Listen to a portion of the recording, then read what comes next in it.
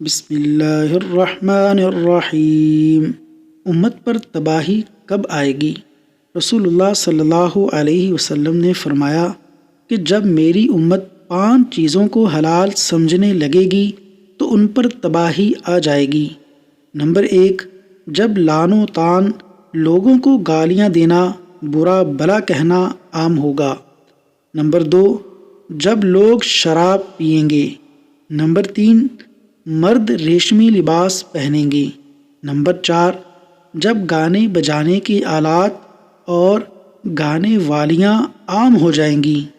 Number 5، مرد مرد سے اور عورت عورت سے اپنی جنسی خواہشات کی تکمیل کرنے لگیں گے، یعنی ہم جنس پرستی عام ہوگی۔